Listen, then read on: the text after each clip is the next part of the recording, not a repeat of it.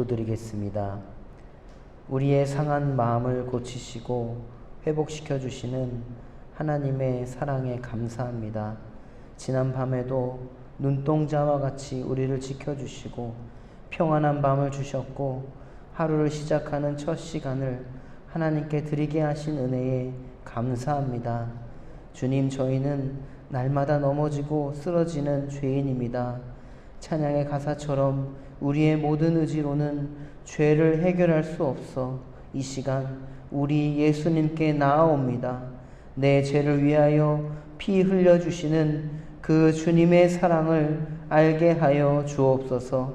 하나님, 우리가 하나님의 자녀임을 알면서도 우리는 우리 주변을 돌아보지 않았습니다. 마치 사망이 우리의 창틈을 넘어 들어오는 것처럼 죄에 대해 민감하지 않았습니다. 나와는 상관없는 일이라고 생각하면서 우리 주변을 돌아보지 못했습니다. 나보다 남을 더 낮게 여기라는 말씀을 잊고 살아왔습니다. 하나님, 지금 우리에게 불의한 것들이 정말 많습니다. 서로가 서로를 사랑하는 것이 아니라 분열하려고 하고 서로에 대한 증오와 분노감으로 살고 있지는 않는지, 마치 길거리에 자녀들이 멸절되고 사라지는 것 같이 생명에 대한 소중함과 가치도 잃어버리고 살고 있지 않는지 돌아봅니다. 자비와 은혜가 충만하신 하나님, 최근의 뉴스를 통해서 보여지는 많은 일들을 통해서 그것이 나와는 먼 이야기가 아니라 나의 이야기, 우리의 이야기가 될 수 있음을 바라보면서 기도하게 하여 주옵소서. 우리가 먼저 기도하게 하시고 먼저 회개하고 돌이키게 하여 주옵소서. 예수님께서 우리를 사랑하셨던 것처럼 우리도 서로 사랑하는 것이 마땅한 일이 되게 하옵소서. 끝까지 인내하며 겸손함으로 나아갈 수 있도록 주여 인도하여 주시옵소서. 하나님, 이번 폭우로 우리나라가 아직도 그 피해와 슬픔 속에 있습니다. 우리 주님께서 어루만져 주옵소서. 그리고 이 나라와 민족이 하나님의 회복해 하심을 바라보며 나아갈 수 있도록 인도하여 주옵소서. 이 시간 우리 교회를 위해 기도합니다. 특별히 여름 성경학교와 수련회 가운데 함께하여 주옵시고, 특별히 여름 사역이 마친 부서들에게는 성경학교와 수련회를 통해 함께하셨던 하나님을 더욱더 찬양하여 주옵소서. 그리고 앞으로 감당해야 할 부서들에게는 하나님께서 함께 해주셔서 안전하게 그리고 성령 충만함으로 다음 세대들이 마음에 뜨겁게 하나님을 만날 수 있는 귀한 시간들이 될 수 있도록 인도하여 주옵소서. 이 시간 구의교회를 이끌어 가시는 담임 목사님을 위해 기도합니다. 성령의 충만함을 주시고 말씀 선포하시고 모든 목양과 목회의 사역들을 통해서 우리 구의교회가 성령의 하나됨으로 든든히 서가게 하시는데 능히 감당하실 수 있도록 주여 인도하여 주옵소서. 또 함께 섬기시는 장로님들 성령의 충만함을 주시고 또 우리 구의교회에서 직분자로 봉사자로 섬기는 모든 성도님들에게 늘 하나님의 은혜가 가득하게 하여 주옵소서. 또 우리 교회의 당회로부터 각 부서와 기관들에도 항상 주님께서 늘 인도하여 주시고 모든 것이 합력하여 선을 이루며 나아갈 수 있도록 인도하여 주옵소서. 이 시간에도 하나님의 치료하심과 회복해 하심을 붙들고 기도하는 성도님들이 있습니다. 날씨가 무더워지는 가운데 건강 잃지 않도록 주님께서 인도하여 주옵시고 하나님께서 늘 함께하여 주셔서 성령의 충만함으로 놀라운 회복과 치료의 역사가 있게 하여 주옵소서. 특별히 마음이 무너져 있는 성도들이 있습니다. 그들에게는 하나님의 평안함을 허락하여 주셔서 늘 편안함으로 주님 안에서 자고 눕게 하여 주옵소서. 이 시간 귀한 예물을 드리는 손길이 있습니다. 그 손길 위에 날마다 주님의 은혜로 도와주시고 하시는 모든 일들 속에서 하나님의 영광 올려드릴 수 있도록 주님 축복하여 주옵소서. 또 아버지 하나님, 이물질이 쓰여지는 곳곳마다 하나님의 나라와 선교가 확장되고 주님께서 이루시는 그 모든 일들이 속히 이루어지게 하여 주시옵소서. 이 모든 것 주님께 맡겨드리며 이 모든 말씀 예수님의 이름으로 기도드립니다. 아멘. 하나님의 말씀은 예레미야서 9장 17절부터 26절입니다. 예레미야서 9장 17절부터 26절까지의 말씀 함께 봉독하겠습니다. 만군의 여호와께서 이와 같이 말씀하시되 너희는 잘 생각해보고 곡하는 부녀를 불러오며 또 사람을 보내 지혜로운 부녀를 불러오되 그들로 빨리 와서 우리를 위하여 애곡하여 우리의 눈에서 눈물이 떨어지게 하며 우리의 눈꺼풀에서 물이 쏟아지게 하라. 이는 시온에서 통곡하는 소리가 들리기를 우리가 아주 망하였구나. 우리가 크게 부끄러움을 당하였구나. 우리가 그 땅을 떠난 것은 그들이 우리 거처를 헐었음이로다 함이리라. 부녀들이여 여호와의 말씀을 들으라. 너희 귀에 그 입의 말씀을 받으라. 너희 딸들에게 애곡하게 하고 각기 이웃에게 슬픈 노래를 가르치라. 무릇 사망이 우리 창문을 통하여 넘어 들어오며 우리 궁실에 들어오며 밖에서는 자녀들을 거리에서는 청년들을 멸절하려 하느니라. 너는 이같이 말하라. 여호와의 말씀에 사람의 시체가 분토같이 들에 떨어질 것이며 추수하는 자의 뒤에 버려져 거두지 못한 곡식당같이 되리라 하셨느니라. 여호와께서 이와 같이 말씀하시되 지혜로운 자는 그의 지혜를 자랑하지 말라. 용사는 그의 용맹을 자랑하지 말라. 부자는 그의 부함을 자랑하지 말라. 자랑하는 자는 이것으로 자랑할지니 곧 명철하여 나를 아는 것과 나 여호와는 사랑과 정의와 공의를 땅에 행하는 자인 줄 깨닫는 것이라. 나는 이 일을 기뻐하노라. 여호와의 말씀이니라. 여호와의 말씀이니라. 보라, 날이 이르면 할례 받은 자와 할례 받지 못한 자를 내가 다 벌하리니 곧 애굽과 유다와 에돔과 암몬 자손과 모압과 및 광야에 살면서 살적을 깎은 자들에게라. 물은 모든 민족은 할례를 받지 못하였고 이스라엘은 마음의 할례를 받지 못하였느니라 하셨느니라. 아멘. 할렐루야. 오늘 이 자리에 나오신 모든 분들에게 주님의 축복이 가득하기를 바랍니다. 또한 기도하시는 모든 기도 제목들에 주님의 응답이 가득하기를 축복합니다.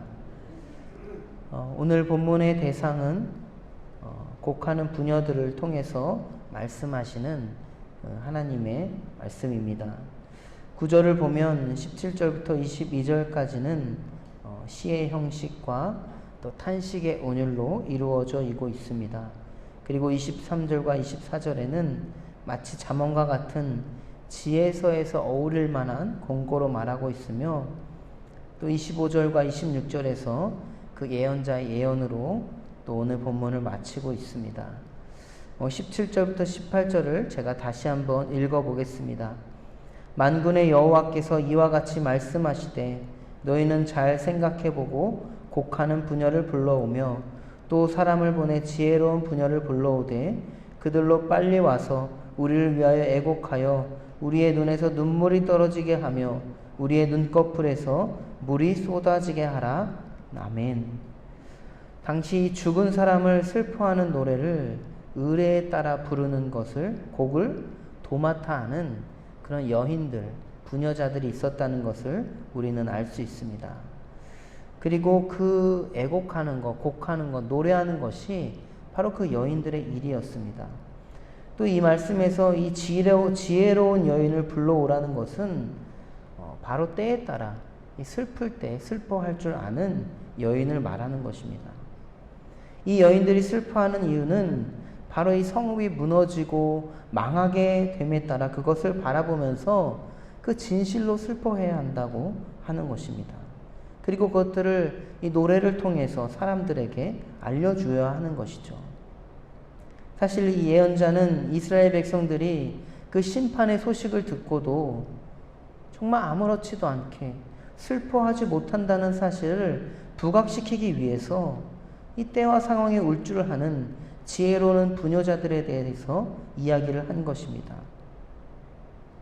이 정말 모든 게 멸망하여 애곡하는 날이 와도 정말 아직도 하나님의 뜻을 깨닫지 못한다면 정말 그만큼 안타까운 일이 어디 있겠습니까? 그런 의미에서 예레미야 예언자는 그러한 일이 있기 전에 지혜를 가진 여인들이 애곡하는 것을 보면서 하나님의 그 말씀을 경청하는 지혜를 가지고 정말 슬퍼해야 할 때, 회개해야 할 때를 정말 백성들이 알아야 한다는 것을 말하고 있습니다. 하나님을 통해 주시는 이 예언자의 이 말을 깨닫고 정말 지금이라도 이 백성들이 지혜를 가지고 심판의 임박함을 깨닫는 진실한 회개의 눈물을 흘린다면은 하나님께서 이야기하시는 것처럼 정말 애곡하는 그 여인이 부르는 그 날은 도래하지 않을 것입니다.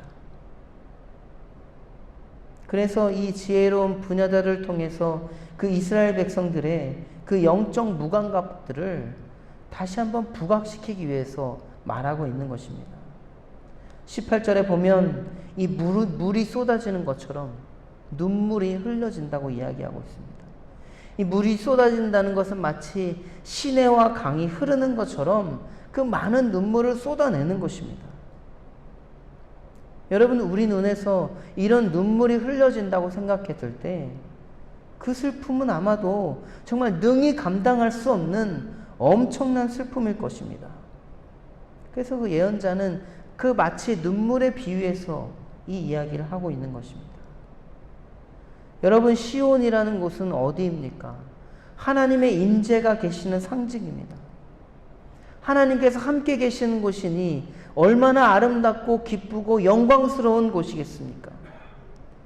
그 시온이라는 것은 이 평화의 도성이고 하나님의 그 축복과 번영이 가득한 곳이어야 합니다. 그러나 이 19절과 20절에 보면 그 성읍은 어떻게 표현하고 있습니까? 아주 망했다고 이야기합니다. 크게 부끄러움을 당했다고 이야기합니다.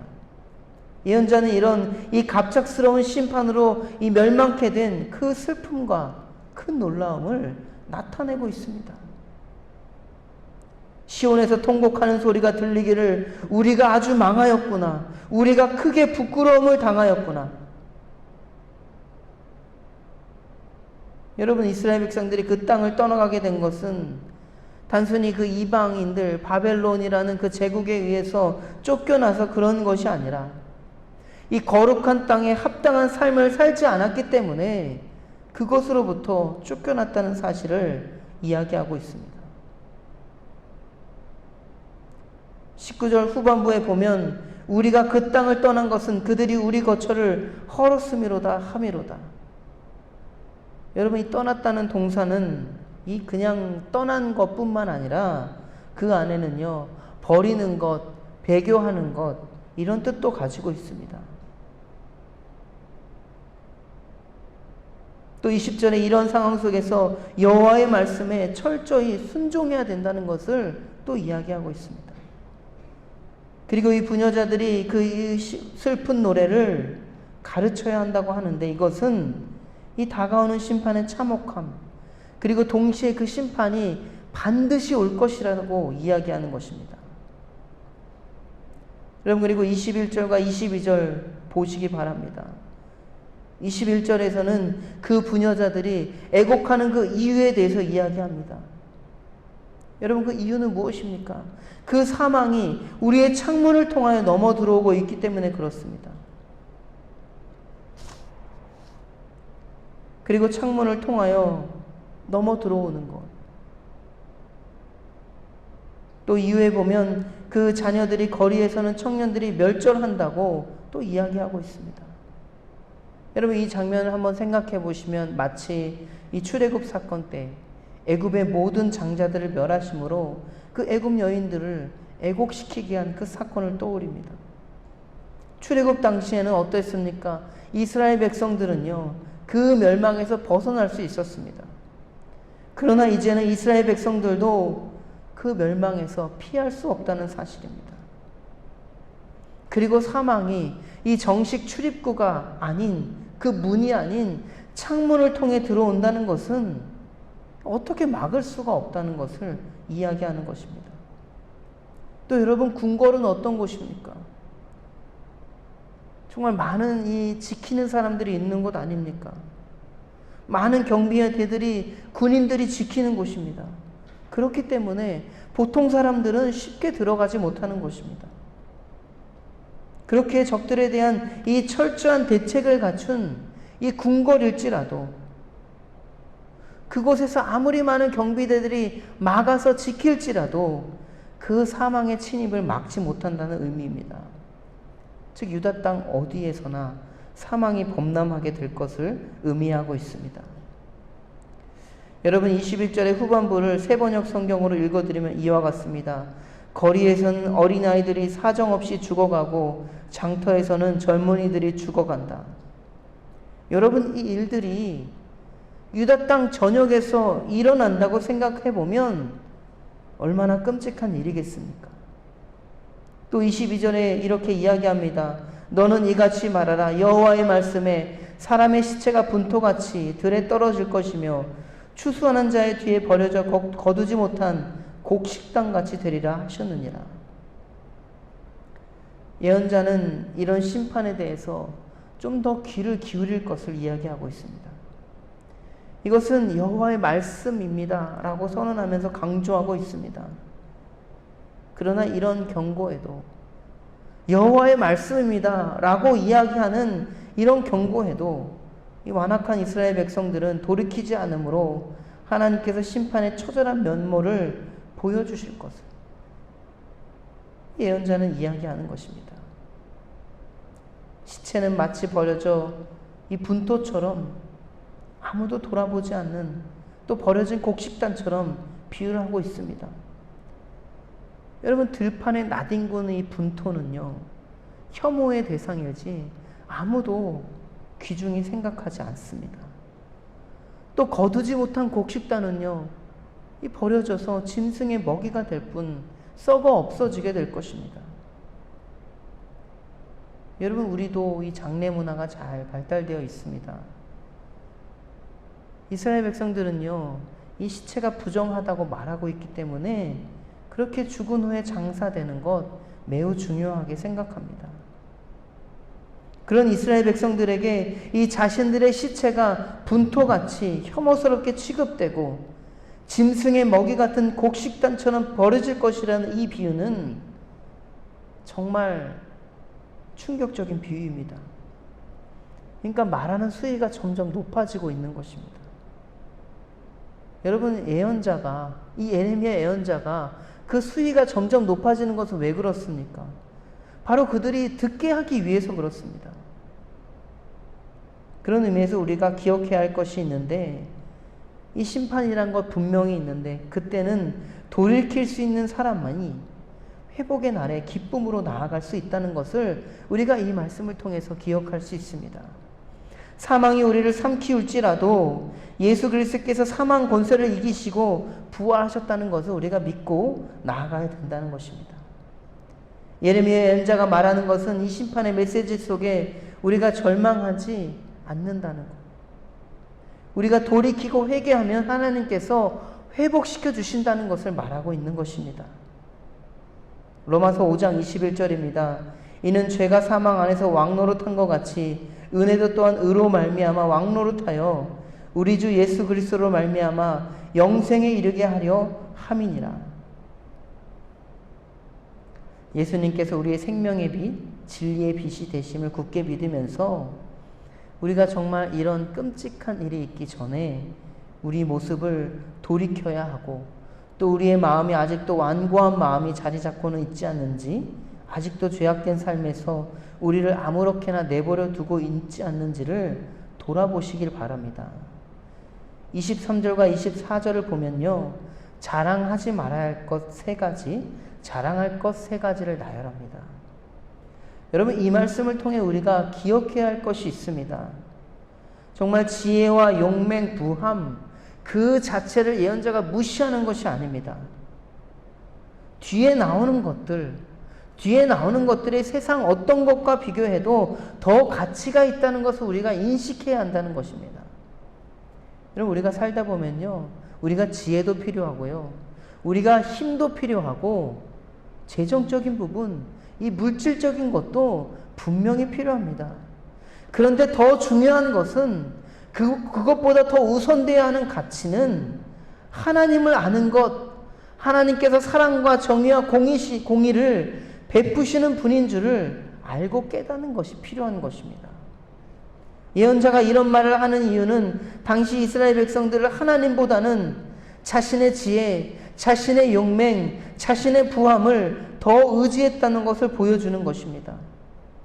그렇다면 이 말씀이 우리의 삶과 연결되었을 때 우리도 하나님을 아는 것, 하나님을 사랑하는 것보다 우리의 지혜나 힘이나 부함을 더 자랑하지 않는지를 돌아볼 수 있어야 합니다. 이 말씀을 통해서 많은 믿음의 선배들도 이런 덫에 빠졌다는 것, 유혹에 빠졌다는 것을 우리가 기억해야 됩니다. 그리고 이 말씀을 우리에게 주신 것은 바로 이 시대를 살아가는 우리가 걸려 넘어지지 않기를 바라는 마음으로 하나님께서 우리를 통해 말씀하신다는 것을 우리는 기억해야 됩니다. 마지막으로 25절과 26절을 보시기 바랍니다. 여기선 두 부류의 사람들이 나옵니다. 예언자는 아주 재치있게 이야기를 이끌어갑니다. 또 이 후반절에 보면요, 이스라엘 백성에 대해서는 마음의 할례를 받지 못했다고 이야기하면서 그들도 심판의 대상이 되었다 이야기합니다.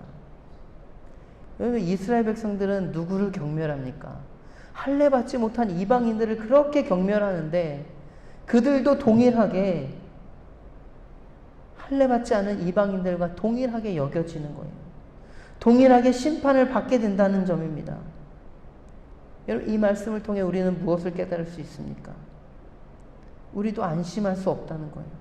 예수님을 통해 모든 죄를 다 사함받았지만 우리가 살아가는 이 삶 속에서 우리의 삶의 모습이 이전의 죄된 모습으로 돌아간다면 그것은 아주 위험하다는 겁니다. 그러니 우리도 믿지 않는 자와 동일선상에서 우리를 바라보면서 겸손하게 매일매일 하나님의 말씀에 순종하는 삶을 살아야 하는 것입니다. 로마서 2장 28절의 말씀입니다. 무릇 표면적 유대인이요 아니요 표면적 육신의 할례가 할례가 아니니라. 오직 이면적 유대인이 유대인이며 할례는 마음에 할지니 영에 있고 율법 조문에 있지 아니한 것이라. 칭찬이 사람에게서가 아니요 다만 하나님에게서니라. 바라기는 오늘 하루 삶을 살아가시면서 하나님께서 우리에게 말씀하시는 그 말씀을 기억하시면서 하나님은 형식을 중요하게 생각하시는 분이 아니라 정말 우리의 심령을 감찰하시는 분, 우리가 정말 돌이키기를 원하시는 분, 그것들을 바라보면서 우리의 삶 속에서 하나님과 진심으로 만나고 하나님의 그 안에서 진정한 삶의 예배자로 오늘 하루의 삶을 살아가시는 우리 모두가 되시기를 주님의 이름으로 축복합니다. 우리 주기도문 하시고 또 개인적으로 자유롭게 기도하시다가 돌아가겠습니다. 하늘에 계신 우리 아버지, 아버지의 이름을 거룩하게 하시며 아버지의 나라가 오게 하시며 아버지의 뜻이 하늘에서와 같이 땅에서도 이루어지게 하소서.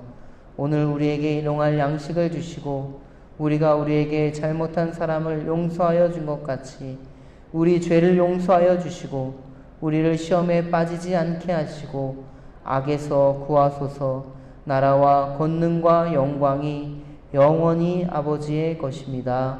아멘.